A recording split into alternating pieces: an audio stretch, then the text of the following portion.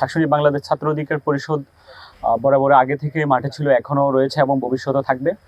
চাকসুনি আমাদের ভাবনা হচ্ছে, আমরা চাচ্ছি শিক্ষার্থীদের দরগোড়ায় কীভাবে পৌঁছানো যায় এবং শিক্ষার্থী বান্ধব যেসব কাজগুলো করা যায়, যেমন ভাড়া সিন্ডিকেট, ক্যাম্পাসের যে গাড়ি ভাড়া, হল সিন্ডিকেট, কিংবা বলতে গেলে যে আমাদের খাওয়ারের যেই নিম্নমান একটা অবস্থা, এবং কি বিশ্ববিদ্যালয়ের অবকাঠামোগত যে কোনো বিষয়ে কিভাবে সংস্কার করা যায়, অর্থাৎ চাকসুর মাধ্যমে কিভাবে বিষয়গুলো সংস্কার করা যায়, আমরা সে বিষয়ে ভাবছি।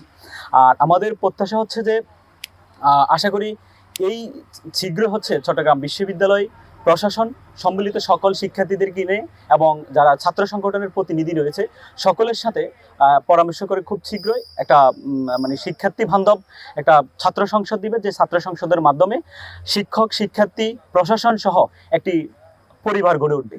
আমরা দেখেছি যে আপনারা জানেন যে জাকসু, রাকসু এবং ডাকসু নির্বাচন তফসিল ঘোষণা করা হয়েছে, কিন্তু এই ছাত্র সংসদের জন্য সবচেয়ে মাঠে আন্দোলন বেশি করেছে এবং মাঠে সবচেয়ে সক্রিয় ছিল চট্টগ্রাম বিশ্ববিদ্যালয়ের শিক্ষার্থীরা। কিন্তু সেই জায়গায় আমরা দেখেছি অন্যান্য জায়গায় তফসিল ঘোষণা হলেও আজ পর্যন্ত চট্টগ্রাম বিশ্ববিদ্যালয়ের প্রশাসন তফসিল ঘোষণা করেনি। এটি আমি মনে করি প্রশাসনের জন্য একটি লজ্জাজনক বিষয়।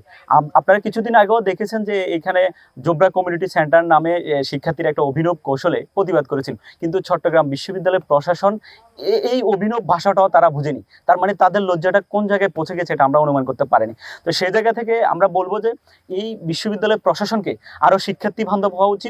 অন্ততপক্ষে 24শে জুলাই আন্দোলনের গণঅভ্যুত্থানকে ধারণ করে তাদের উচিত শিক্ষার্থীরা যেটি চায় সেই বিষয়ে অগ্রাধিকার হওয়া।